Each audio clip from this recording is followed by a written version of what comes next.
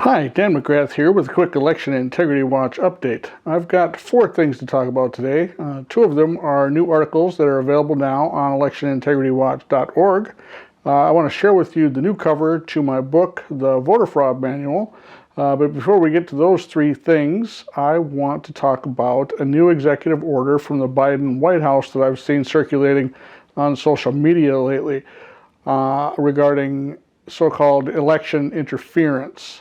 Now, this is a pretty interesting situation. It actually goes back to the Trump administration, but was just renewed for another period by the Biden White House, which has, when you consider the press release, the language of the press release about this executive order, some new connotations, I think, as regards discussing the issue of election integrity. So let's go over this press release. Now, this is simply a renewal of an executive order issued by President Trump back in 2018 to deal with the contingency, a kind of what-if sort of thing, of foreign influence in American elections.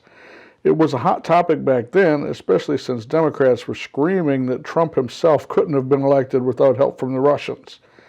But the Biden White House has an entirely different view on election integrity. So the renewal of this executive order, considered in the context of the accompanying press release, might be perceived to carry new connotations. Now, the press release reads, on September 12, 2018, by Executive Order 13848, the President declared a national emergency pursuant to the International Emergency Economic Powers Act to deal with the unusual and extraordinary threat to the national security and foreign policy of the United States, constituted by the threat of foreign interference in or undermining public confidence in United States elections. It goes on. Although there has been no evidence of a foreign power altering the outcomes or vote tabulation in any United States election, foreign powers have historically sought to exploit America's free and open political system. In recent years, the proliferation of digital devices and internet-based communications has created significant vulnerabilities and magnified the scope and intensity of the threat of foreign interference. The ability of persons located in whole or in substantial part outside the United States to interfere in or undermine public confidence in the United States elections, including through the unauthorized accessing of election and campaign infrastructure, or the covert distribution of propaganda and disinformation, continues to pose an unusual and extraordinary threat to the national security and foreign policy of the United States. For this reason, the national emergency declared on September 12, 2018, must continue. The interesting bit of language in this press release is about how the proliferation of digital devices, like the one you're watching this on or have in your pocket, and internet-based communications has magnified the threat of what they call disinformation. It goes on with language clearly meant to imply their focus is on foreign actors outside the country, but leaving room to also mean people within the United States, saying the ability of persons located in whole or in substantial part outside the United States to interfere in or undermine public confidence in United States elections, including through the unauthorized accessing of election and campaign infrastructure, or the covert distribution of propaganda and disinformation, blah, blah, blah. Keep in mind what was learned from the Twitter files. Reporters given access to internal Twitter documents and emails after Elon Musk bought the company revealed that government insiders had gone to extraordinary and unconstitutional lengths to suppress what government insiders termed disinformation.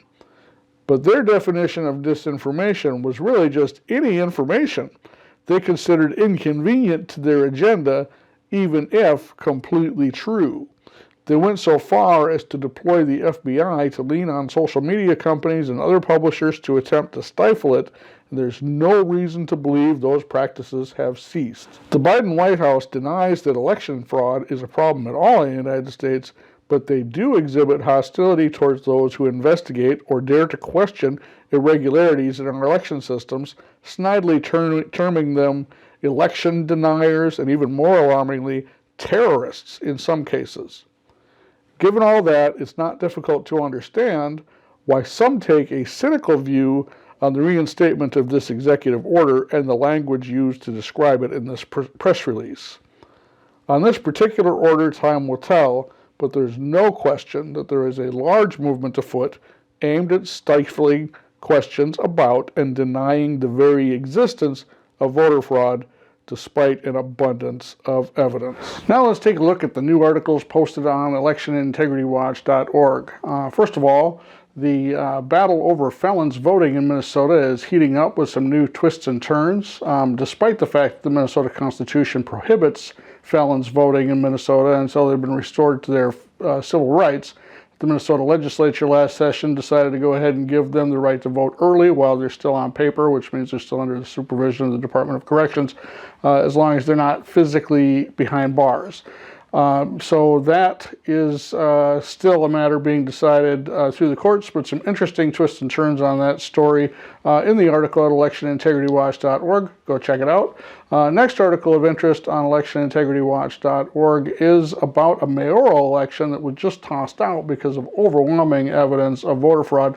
This is a major metropolitan area, pretty big story, and it gets a little bit dicey here because now today, as I record this, it is election day for the off-year elections, municipal elections, mostly county elections, city elections, things like that.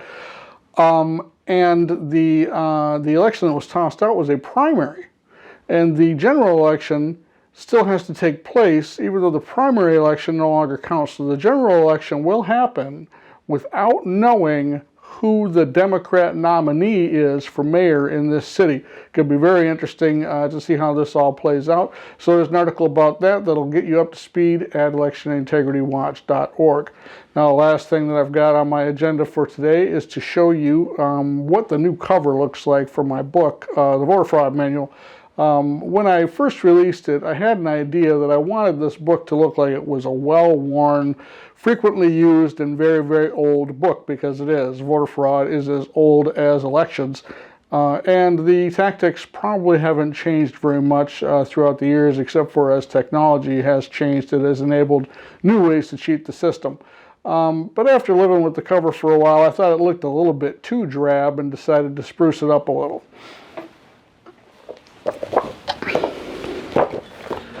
So here we have the original book cover, and this one is the new spruced up, fancy schmancy new cover for the Voter Fraud Manual. This book, regardless of the cover, has the same informative contents, and you can get it from Amazon.com or ask for it at your favorite bookstore. There's also links to buy it at electionintegritywatch.org.